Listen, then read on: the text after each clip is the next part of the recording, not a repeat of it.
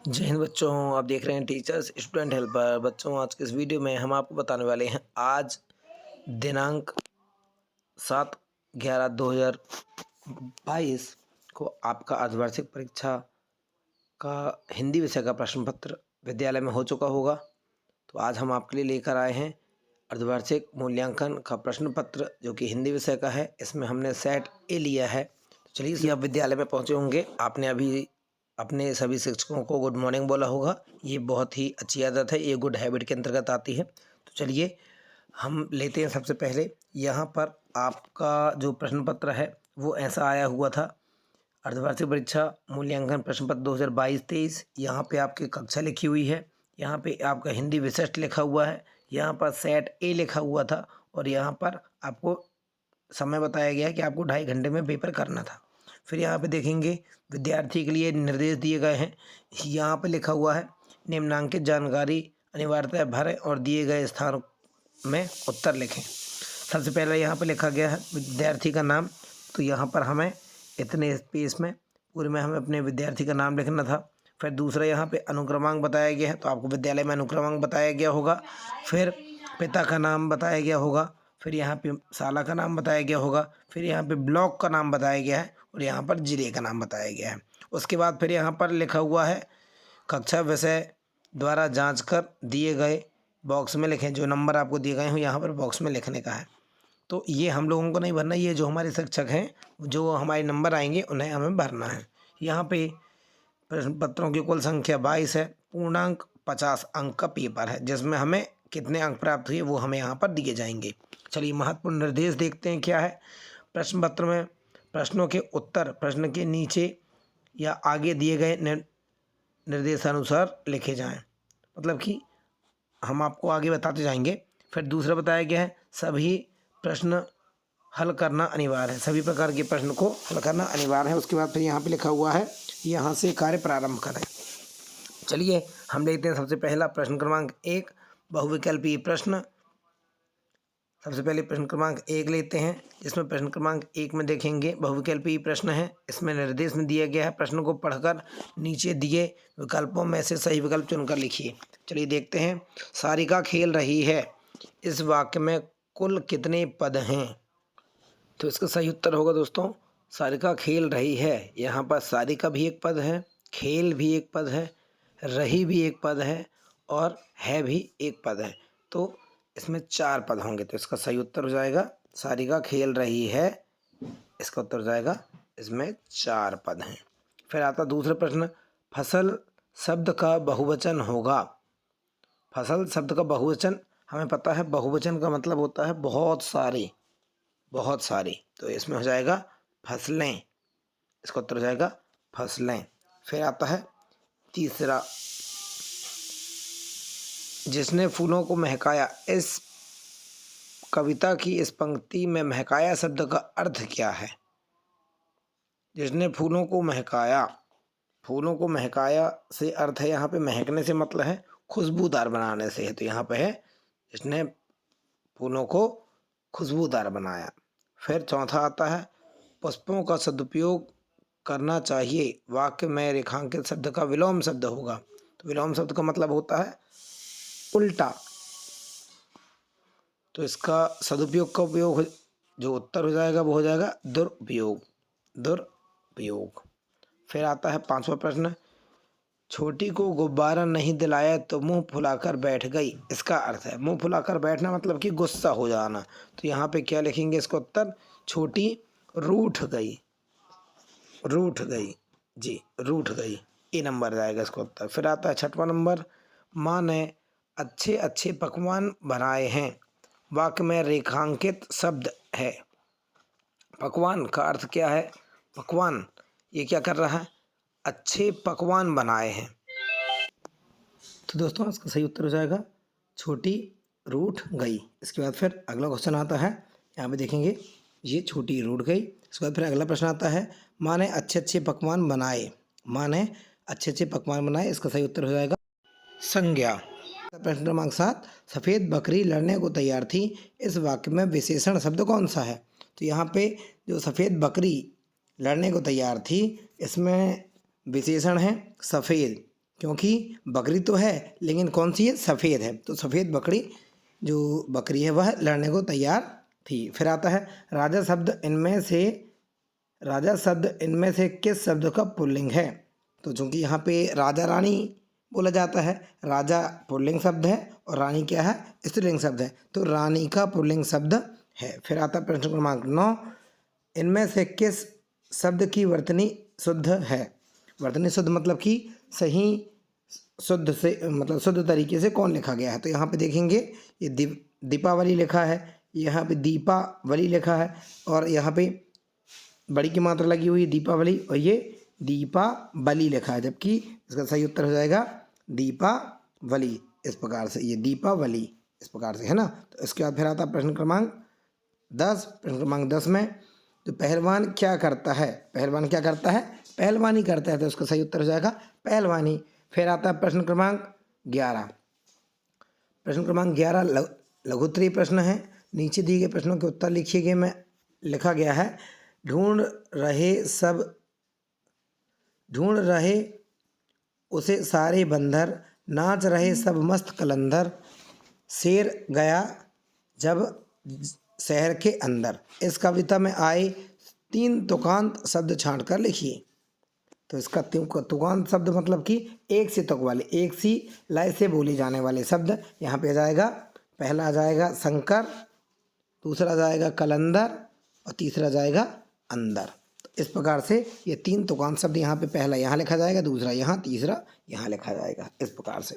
फिर आता है प्रश्न क्रमांक 12, मैं गांधी बन जाऊं कविता के आधार पर 3 ऐसी चीज़ों के नाम लिखिए जिन्हें पहनकर आप गांधी जी जैसे दिखने लगेंगे। तो इसका उत्तर हो जाएगा, सबसे पहले लिखा जाएगा यहाँ पर चश्मा, दूसरा यहाँ पे जाएगा धोती और तीसरा जाएगा यहाँ पर उनकी घड़ी जो कि वो कमर में पहनते थे। इसके बाद फिर आता है प्रश्न क्रमांक 13। प्रश्न क्रमांक 13 का जो उत्तर हमें लिखना है, यहाँ पर जो ये सारणी दी हुई है इसको देख कर लिखना है। इसको ये सारणी देखना है हमें। 4 प्रकार के कॉलम दिए गए हैं जिसमें सबसे पहले क्रमांक, फिर दिनांक, फिर दिन और यहाँ पे विषय प्रश्न पत्र। तो यहाँ पे दिया गया है कक्षा 3 की समय सारणी को पढ़कर प्रश्नों के उत्तर लिखिए, जिसमें पहला नंबर दिया गया है समय सारणी। समय प्रातः 10 बजे से अपराह्न 12:30 बजे तक। अपराह्न मतलब होता है दोपहर समय, तो अपराह्न यहाँ पे लिखा हुआ है दोपहर 12:30 बजे तक, जिसे हम 12:30 बोलते हैं। इसके बाद फिर आता है, चलो हम प्रश्न देखते हैं। यहाँ पे इसको मैं आप लोगों को थोड़ी सा समझा दूँ कि यहाँ पे पहला नंबर क्रमांक दिया है 22/3/2022, दिन शुक्रवार और जो पेपर है वह है हिंदी का। उसके बाद फिर आता है 23/3/2022, दिन शनिवार, यहाँ पे आता है गणित विषय। फिर 23/3 है। उसके बाद फिर आता है 24/3/2022, दिन सोमवार और विषय है पर्यावरण। फिर आता है प्रश्न चौथा नंबर 26/3/2022, मंगलवार और यहाँ पे अंग्रेजी। तो इन्हीं सबको पढ़कर हमें इनके उत्तर देना है। तो चलिए देखते हैं। सबसे पहला जो प्रश्न है वो क्या है, समय सारणी में सप्ताह के छूटे हुए दिनों के नाम लिखिए। तो समय सारणी हम देखते हैं, ये वाली समय सारणी हमें देखना है और यहाँ पे दिनों के नाम कौन कौन से छूटे हैं। तो चलिए देखते हैं।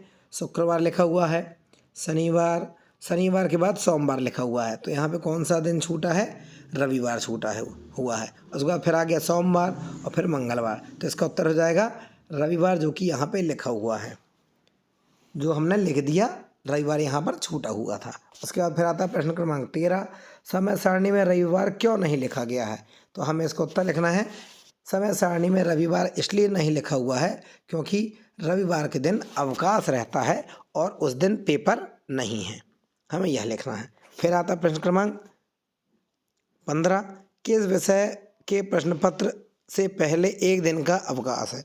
तो यहाँ पे देखेंगे एक दिन का अवकाश अभी हमें पता है कि अवकाश है रविवार के दिन, और किस विषय का प्रश्न पत्र मतलब सोमवार के दिन प्रश्न पत्र है पर्यावरण का और रविवार के दिन छुट्टी है, मतलब एक दिन पहले छुट्टी है। तो इसका उत्तर हो जाएगा यहाँ पर प्रश्न क्रमांक 15 में यहाँ पे जाएगा पर्यावरण। फिर आता प्रश्न क्रमांक 16, प्रश्न पत्र का समय क्या है। तो प्रश्न पत्र का समय कहाँ है, ये लिखा हुआ प्रश्न पत्र का समय देखिए, ये लिखा हुआ है समय सारणी, समय प्रातः 10 बजे से अपराह्न 12 बजे तक। ये पूरा उत्तर अपन को लिखना है, यहाँ से यहाँ तक लिखना है, ठीक है। फिर आता है प्रश्न क्रमांक 16, ये हो गया प्रश्न क्रमांक 16 अभी। फिर आता है प्रश्न क्रमांक 17, जो कि सूचना दी हुई है। निम्नलिखित सूचना को पढ़कर दिए गए प्रश्नों, प्रश्न 16, 17 मतलब 17 एवं 18 एवं 19 के उत्तर लिखना है। सूचना देखते हैं अब क्या है यहाँ पर सूचना। शासकीय प्राथमिक शाला बौंदरा दिन शनिवार आज विद्यालय में भोजन अवकाश के बाद बाल सभा का आयोजन रहा। सभा कक्ष में किया जा रहा है। सभी कक्षाओं के छात्र छात्राएं छात्र पर उपस्थित हो गए। तो अब देखते हैं गतिविधि, क्या गतिविधि होना है यहाँ पर। आपके विद्यालय में बाल सभा में कौन कौन सी गतिविधियाँ होना है, तो यहाँ पे देखेंगे होती हैं। तो यहाँ पे हमें लिखना है हमारे विद्यालय में बाल सभा में कहानी, चुटकुले, रोचक बातें, सामान्य ज्ञान, जीवनी, महापुरुष की जीवनी और विभिन्न प्रकार के क्रियाकलाप होते हैं।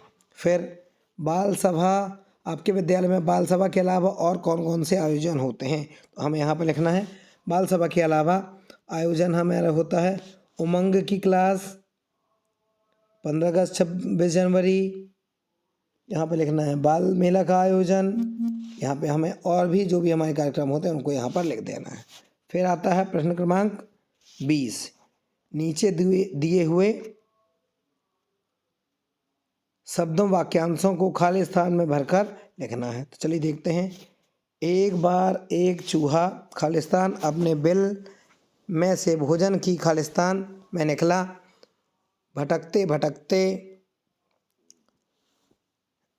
वह एक खालिस्तान की गुफा में खालिस्तान गया। उस अंधेरी खालिस्तान में वह भूल से शेर की खालिस्तान पर चढ़ गया। तो यहाँ पे इसका उत्तर हो जाएगा, यहाँ पे उत्तर आ जाएगा, पहला नंबर जाएगा एक बार एक चूहा, यहाँ पे आ जाएगा चूहा। फिर एक बार एक चूहा, फिर आएगा यहाँ पर अपने बिल में से भोजन की तलाश में निकला। भटकते भटकते वह एक शेर की गुफा में घुस गया। उस अंधेरी गुफा में वह भूल से शेर की पीठ पर चढ़ गया। अब ये जो भी खालिस्तान हमने बताए वो यहाँ पर लिखे हुए हैं, इसी से देख देख कर हमने उत्तर लिखे हैं, ये लिखे हुए हैं, इन्हीं से देख देख कर हमने उत्तर लिखा है। अब आता है यहाँ पर प्रश्न क्रमांक 21। प्रश्न क्रमांक 21 में देखेंगे आपको कौन सा जानवर पसंद है, उस पर 5 वाक्य लिखिए।